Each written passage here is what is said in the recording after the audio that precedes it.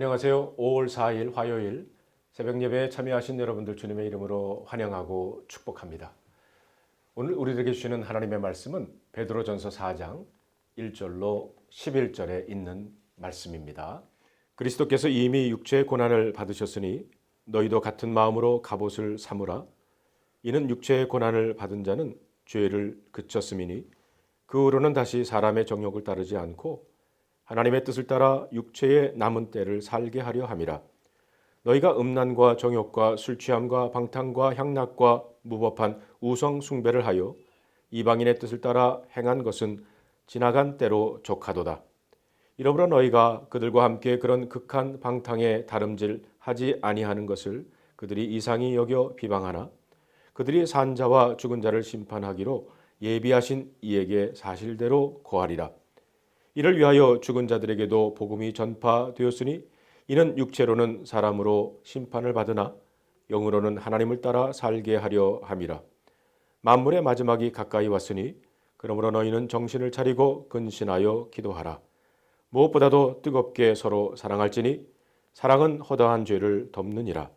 서로 대접하기를 원망 없이 하고 각각 은사를 받은 대로 하나님의 여러 가지 은혜를 맡은 선한 청지기 같이 서로 봉사하라.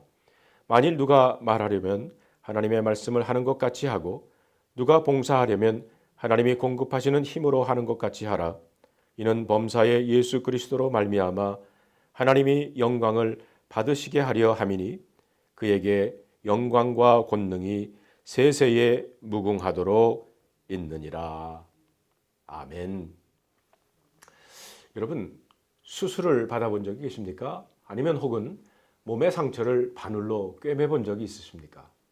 저는 고등학교 1학년 때 처음 자전거를 사서 비탈길을 신나게 내려가다가 자동차를 피하면서 공중에 떴다가 땅에 떨어지면서 큰 사고가 났어요. 그래서 몸에 몇 바늘을 꿰맨 적이 있습니다. 이렇게 외부의 상처는 사실 치료하고 꿰매면 그리고 수술하면 되는데 내부적인 상처, 마음의 상처는 참 치료하기가 어렵습니다. 그런데 이런 마음의 상처를 우리는 많이 받고 삽니다. 어떤 때는 가장 가까운 가족에게도 받고요. 친구 혹은 직장 동료에게도 받기도 하고 심지어는 교우들끼리도 마음의 상처를 주고받기도 합니다. 혹은 사회의 편견과 불의를 통해서 받기도 합니다.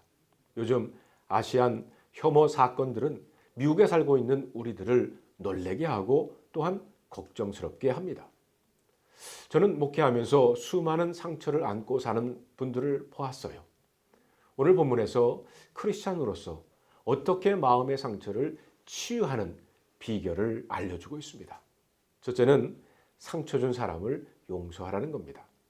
1절에 보니까 그리스도께서 이미 육체의 고난을 받으셨으니 너희도 같은 마음으로 갑옷을 삼으라. 이는 육체의 고난을 받은 자는 죄를 그쳤음이라.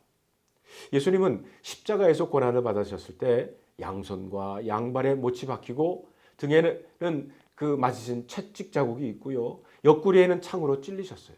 머리에는 가시관, 이렇게 여러 군데 상처를 받으셨습니다. 그러나 주님은 또한 마음에 숨겨진 상처도 있었어요. 배반으로 받은 상처, 배척으로 받은 상처, 미움으로 받은 상처도 있었습니다. 아마 육체의 상처보다도 마음속에 받은 상처를 치유하는데 더 많은 시간이 필요로 합니다. 베드로는 오늘 본문에서 우리가 상처를 받을 때에 예수님과 같은 태도를 가지고 예수님처럼 생각하라고 가르칩니다. 아버지여 저들을 사하여 주옵소서. 자기들이 하는 것을 알지 못합니다. 그런데 용서가 잘 안 되죠. 왜 내가 용서해야 하나요? 라고 묻기도 합니다. 그것은 하나님께서 나를 용서해 주셨기 때문입니다. 그리고 우리가 미래에 용서를 받아야 하기 때문입니다. 어떤 사람이 요한웨슬리 목사님께 물었답니다. 나는 그 사람을 절대로 용서해 줄 수가 없어요. 그랬더니 요한웨슬리 목사님이 대답하시기를 그렇다면 당신은 앞으로 다시는 죄를 지어서는 안 됩니다. 우리가 우리에게 죄 지은 자를 사하여 준 것 같이 우리 죄를 사하여 주옵소서. 많이 들어본 기도 아닌가요? 그리고 용서하지 않는 한 우리는 계속 상처를 받는다는 것입니다. 2절에 그 후로는 다시 사람의 정욕을 따르지 않고 하나님의 뜻을 따라 육체의 남은 때를 살게 하려 함이다. 그 후로라고 하는 말은 지금부터라는 뜻입니다. 이제부터는 남은 삶을 과거에 어떠한 일이 일어났든지 내가 어떠한 상처를 받았든지 상관없이 내 삶의 목표를 하나님께 향하라는 겁니다. 과거를 무시하라는 말이 아닙니다. 상처를 보는 것이 아니라 그 상처를 치유하시는 하나님께 초점을 맞추라는 겁니다. 그리고 그 문제를 하나님께 맡기라는 거죠.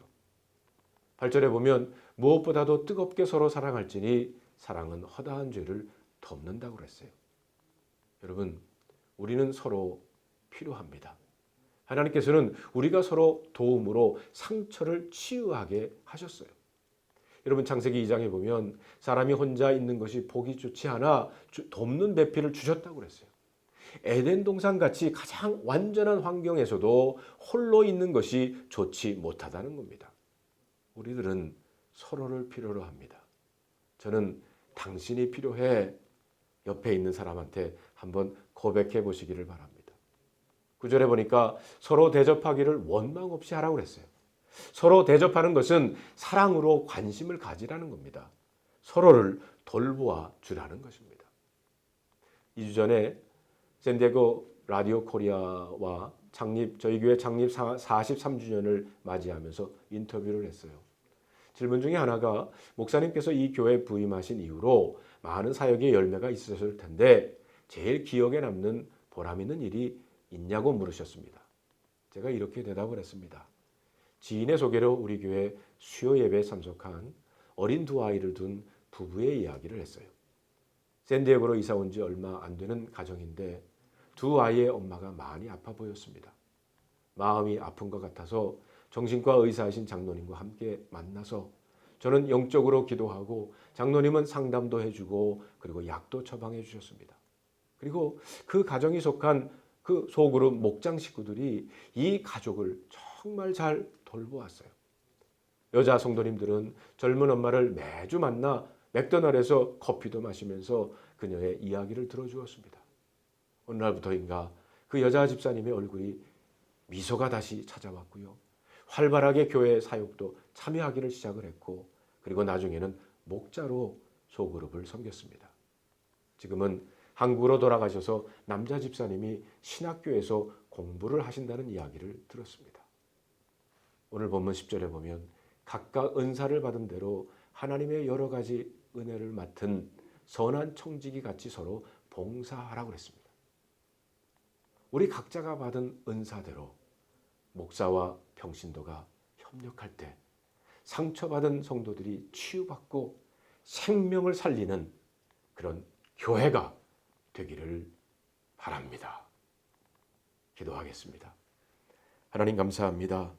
오늘도 말씀을 통해서 하나님 우리들을 치유하시고 그리고 서로 치유하라고 하는 이 귀한 말씀, 오늘 이 말씀대로 함께 주님과 함께 살아가는 우리 모두가 되게 하여 주셔서 정말 뜨겁게 사랑하고 무엇을 하든지 주님께 하듯이 하는 우리 모두가 되게 하여 주시옵소서. 우리 주 예수 그리스도의 이름으로 간절히 기도하옵나이다. 아멘.